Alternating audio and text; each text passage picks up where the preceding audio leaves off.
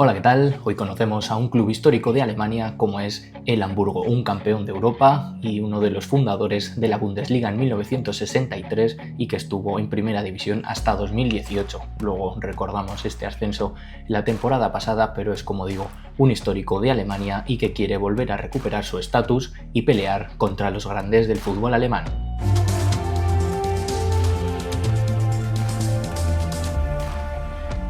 Vamos hoy a conocer uno de los grandes de Alemania, como digo, es el Hamburgo, es uno de los clubes más antiguos y es apodado el dinosaurio ya que fue uno de los fundadores de la Bundesliga en 1963 y el que duró más años sin descender hasta el año 2018. En sus vitrinas brillan 3 Copas de Alemania, una Copa de Europa, una Recopa y 3 Bundesliga. Y aparte de todos estos campeonatos, como digo, es el primero en participar en esa fundación de la Bundesliga que conocemos hoy en día y solo es superado por el Bayern en años en la máxima categoría. Arrancamos con su historia, la historia del club desde sus inicios. El Hamburgo se funda en 1887, aunque en esta ocasión era conocido como SC Germany, uno de los 3 clubes que luego acabarían fundando por los problemas que había en la posguerra de la Primera Guerra Mundial, acabarían formando el Hamburgo en 1919. A partir de este año nace su identificativa equipación de camiseta blanca y pantalón rojo, que los hace tan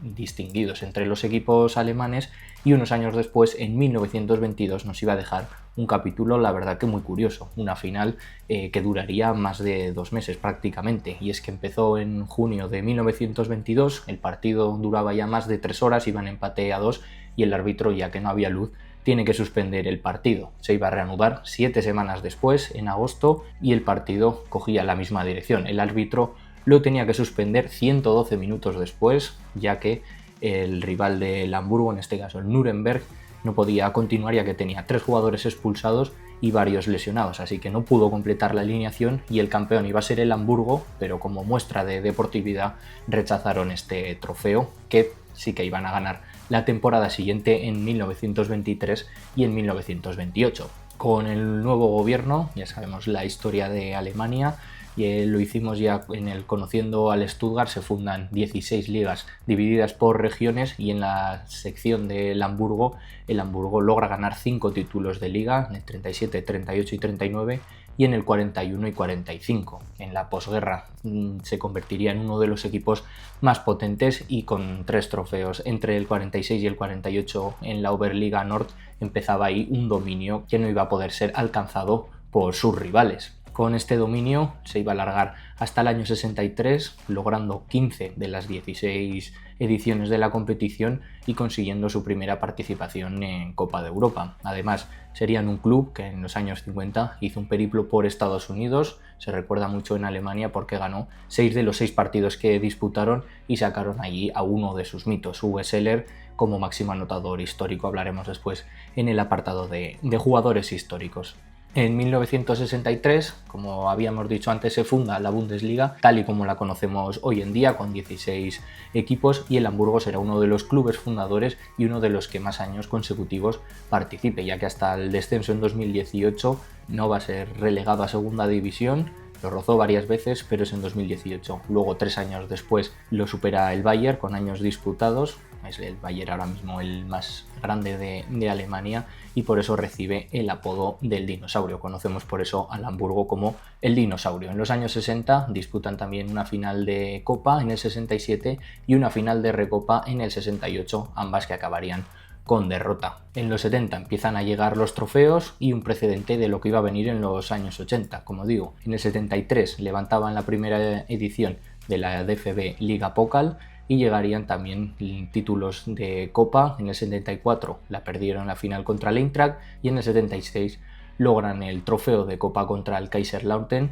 y en esa misma temporada también consiguen un meritorio segundo puesto en Liga que sería mejorado unos años más tarde con el primer trofeo en Bundesliga. En este Hamburgo brilló un delantero mítico, destacábamos a Uwe Seeler y aquí el que brilla es el inglés Kevin Keegan, un futbolista que lograría 2 balones de oro en el 78 y en el 79 y sus goles iban a llevar al Hamburgo a lo más alto, ganando la Recopa del 77 y, como he dicho, la Bundesliga del 79. En los años 80 iba a llegar los años dorados del Hamburgo porque iban a ser campeones de Europa. Arrancaron la década rozándolo con una final, pierden contra el Forest, venían de hacer una remontada increíble contra el Real Madrid y en Bundesliga consiguieron 2 trofeos, en el 82 y en el 83. El 1883 es un año histórico para el Hamburgo, será recordado también por esa Bundesliga y por el mayor logro del club, levantar la Copa de Europa imponiéndose en la final a la Juventus con ese gol mítico del centrocampista Felix Magath.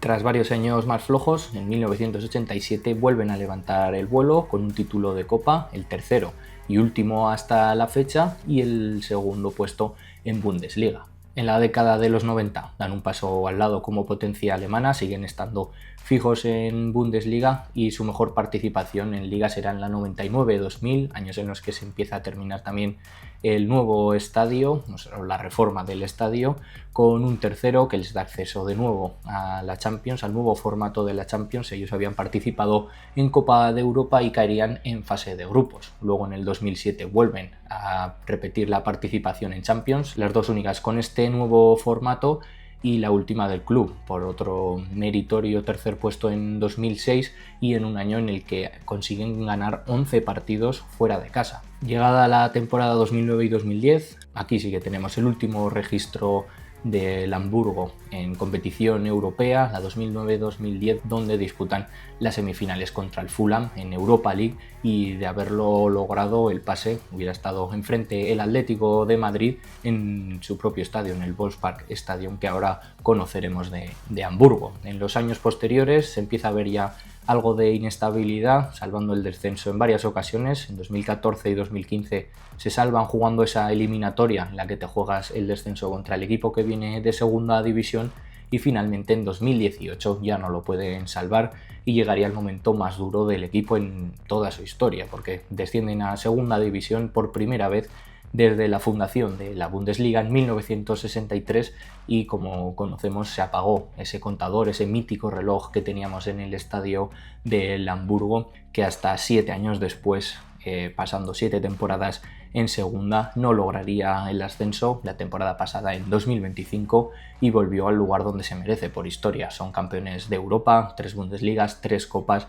y este año han salvado la categoría, y su afición lo que les pide ahora mismo y lo que sueña es volver a ser de nuevo fijos en Bundesliga y no tener que estar mirando de reojo a la salvación. Hoy hay nueva sección, hoy vamos a hablar sobre el escudo, luego también sobre el estadio, y pasaremos también a la plantilla y al entrenador, una nueva sección para explicar un escudo, la verdad, muy simple pero con una historia muy interesante, y es que representa la tradición marinera de la ciudad de Hamburgo, la segunda más grande de Alemania. Un logo que es un rombo blanco y negro, los colores que utilizaban los dos clubes que se unieron para crear el Hamburgo, y sobre un fondo azul, el rombo que se inspira en una bandera denominada la Blauer Peter, que era izada en los barcos cuando estaban listos para zarpar, y esto avisaba a los pasajeros de que el barco se iba a salir. Los colores azul y negro eran los que vestían los jugadores del Germania, el precedente al Hamburgo, que era uno de los equipos. Luego se unen y se fusionan y forman el HSV, así que curioso este escudo, muy simple pero a la vez muy llamativo. Pasando al estadio donde juega el Hamburgo, como he dicho, es la segunda ciudad más grande de Alemania, juega en el Volkspark Stadium, capacidad para 57.000 espectadores, y traducido sería el Parque del Pueblo, el estadio del Parque del Pueblo, como atrayendo a la gente. Es un sitio donde se junta la gente para disfrutar. Es un estadio que tiene categoría 4 de la UEFA, uno de los más importantes en estas categorías, lo que significa que podría albergar incluso partidos de Champions. El estadio se inaugura en 1953 y se construyó totalmente a finales del siglo XX. En torno al año 2000, el Hamburgo, que fue uno de los pioneros en poner publicidad unida al nombre del estadio, y esto se cambió durante el Mundial 2006 porque no lo permite la normativa de la FIFA tener nombres de estadios que lleven nombres de patrocinadores, y luego se continuó hasta 2015 con el cambio de propiedad, que dejó de nuevo el nombre original, el que conocemos actualmente, el Volkspark Stadium. Y el entrenador, el jefe del equipo, es Merlin Polsing, desde hace varias temporadas nacido en Hamburgo, o sea que es un entrenador con raíces en la ciudad y se ha ganado el cariño del club porque lo devolvió la temporada pasada al lugar donde se merece, a la Bundesliga, a la élite, y esta temporada lo ha logrado mantener en primera división. Veremos si consigue mantenerse de nuevo y dejarlo como lo que fue, un fijo en Bundesliga. En su estilo de juego no vemos, la verdad, que grandes florituras. Es un equipo correcto, tampoco muy defensivo, porque en el fútbol alemán vemos pocos equipos que opten por defender. Lo que sí que vemos es mucho orden y sobre todo que se sabe a lo que juega, un fútbol directo, aprovechando los despejes y los balones en largo de sus centrales. Muy interesante aquí el papel de Torunariga, Omari o Vuskovic, los tres centrales intentando sacar el balón, sobre todo en el juego en largo, saltándose muchas veces el centro del campo y aprovechando para sacar segundas jugadas. Mayoritariamente el juego es en campo propio, no porque sea defensivo, sino porque los rivales en ocasiones le suelen dominar. No hay jugadores para hacer un despliegue que sea el Hamburgo un equipo dominante, pero esto les ayuda para salir en salidas rápidas, y ahí es clave Fabio Vieira, que ha sido el mejor jugador de la temporada. Si miramos estadísticas, les falta bastante juego en tres cuartos porque no hay jugadores que sean creativos en esa zona, pero esto no hace que sea un peor equipo. Esto lo que hace es que tengan que aprovechar otras armas, como hemos dicho, el balón en largo, los contraataques, y han sido un equipo que se ha sabido mantener en Bundesliga, ser competitivo y ser una plantilla que sin grandes nombres ha sido muy competitiva.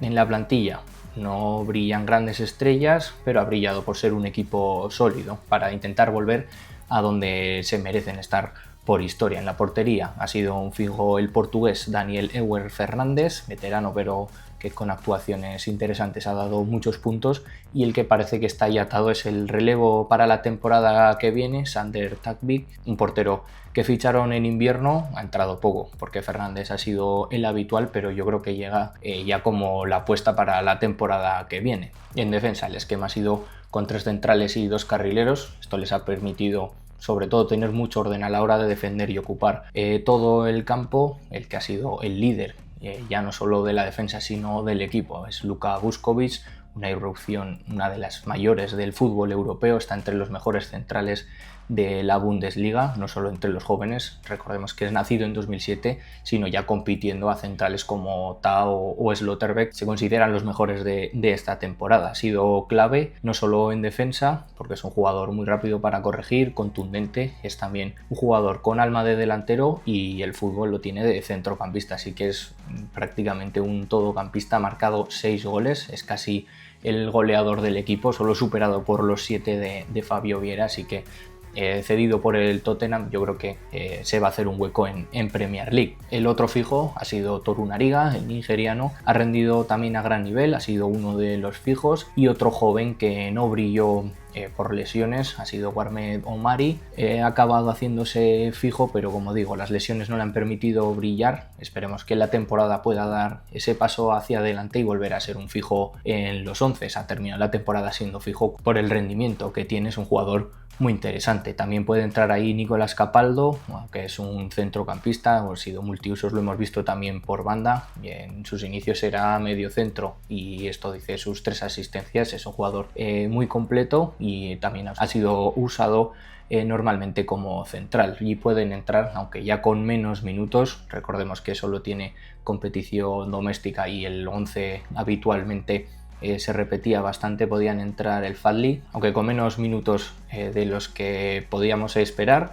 Y un proyecto interesante también, un 2007, Safik Nadja, que quiere hacerse hueco el alemán pese a su juventud. Un central aquí, veremos si la temporada que viene tiene minutos en defensa. En el carril izquierdo ha sido habitual al ver Grönbeek por nivel superior a Muheim, pero hemos visto que las lesiones también le han frenado. Al final solo ha acabado con 2 asistencias, y en este carril el que puede entrar también es Miro Muheim, el suizo, que le ha llevado incluso a estar en la selección nacional. Ha repartido 4 asistencias, y luego también puede entrar Balde, aunque entra más como rotación, lo hemos visto con menos minutos. Los más importantes son Muheim y Grönbeek. Y por el carril derecho, Mikkel Brensic también con 4 asistencias. Ha tenido algo menos minutos Bakary Yeta, el gambiano, y podía entrar también otro multiusos como Gocho Leisvili, que se ha ido moviendo en los dos carriles, o lo hemos visto también yendo hacia posiciones de ataque o como tercer central incluso.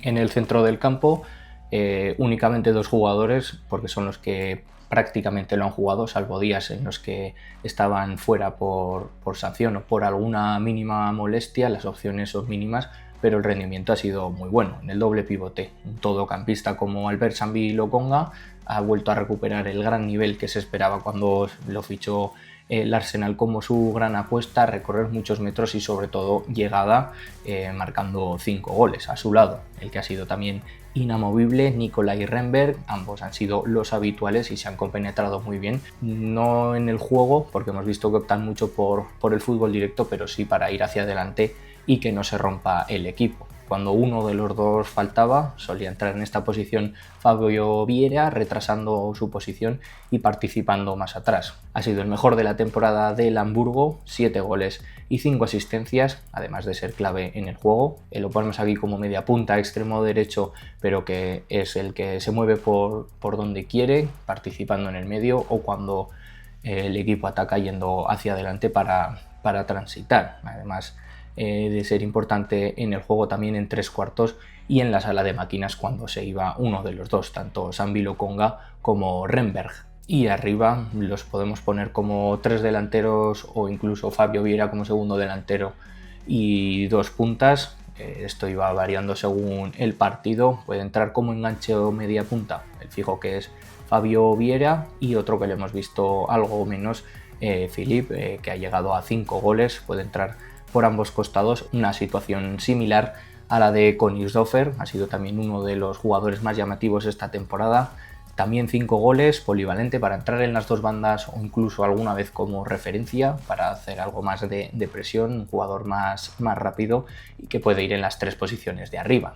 Esta temporada hemos visto poco a Lelesi, un futbolista que puede entrar como carril o como extremo, una lesión de larga duración que lo ha apartado prácticamente del equipo, y en esta zona también de media puntas o extremos pueden entrar Jean-Luc Dompe, que ha marcado 3 goles, y Philippe Otele, que llegó en invierno y no ha acabado de entrar en la rotación de esta línea de media puntas. Y luego arriba vemos que hay 4 referencias, aunque prácticamente no han aportado, y en ocasiones hemos visto, como digo, a Königsdörfer jugando arriba. El que más ha aportado en goles y asistencias, 3 goles, 2 asistencias, ha sido Glatzel, aunque tampoco ha brillado mucho, bastante irregular, y aunque los datos del resto son aún menores, deja a Glatzel como el punta que ha jugado más minutos. Llegaba a Poulsen como un gran refuerzo, pero no ha aportado lo que se esperaba, aparte de la irregularidad por lesiones, apenas ha aportado goles. Y Damien Downs, que llegaba, lo vimos en el Southampton la temporada pasada, llegó en invierno y no ha estado acertado de cara a puerta. También una apuesta, yo creo que veremos si la temporada que viene puede entrar en la rotación y hacerse un hueco. Y otra de las apuestas, son apuestas más que realidades, Otto Stange, otro jugador nacido en 2007, este sí que se apuesta todavía en la sub-17 de Alemania, lo estamos viendo como delantero y referente, uno de los máximos goleadores en la sub-19, llegó este verano de la segunda división y ha empezado a contar un poco, así que veremos si Poulsen tiene ahí el punta o el referente para la temporada que viene.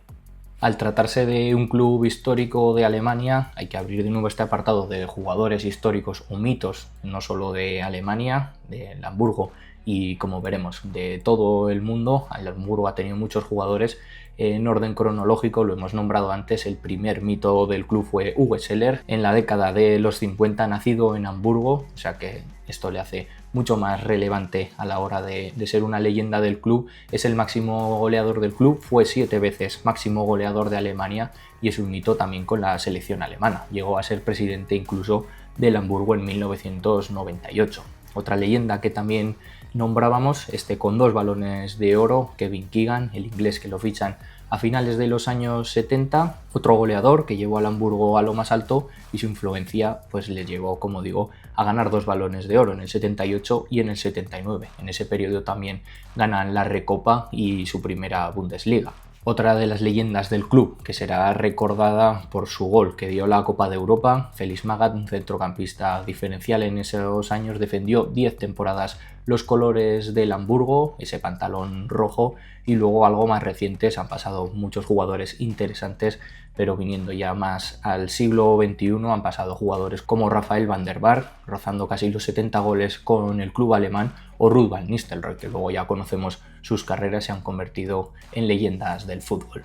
Y terminando un poco con los pronósticos, como siempre terminamos ya la temporada, han salvado bien la categoría, deben mirar ya a la temporada que viene como un año en el que volver a demostrar que quieren ser un fijo en el máximo nivel, sin sufrir, sin tener que mirar de reojo como esta temporada al descenso. Al final lo salvaron con bastante holgura para ser un recién ascendido y volver a sentarse en la zona media, y por qué no pensar en algo más si hay refuerzos en verano y el equipo funciona bien la temporada que viene. Es todavía complejo que en solo 2 años vuelvan a sentarse, pero su afición y su historia piden que el club vuelva a competir. Veremos si este verano hay salidas. Busquets va a volver de la cesión al Tottenham. Yo creo que ya se va a sentar en Premier porque es un central de este nivel, incluso si no se va a un equipo que haga un desembolso grande, porque él de verdad lo merece. Es un central con mucho futuro, es ahora mismo el central del futuro porque es bueno con balón, bueno en defensa y además aporta mucho en ataque.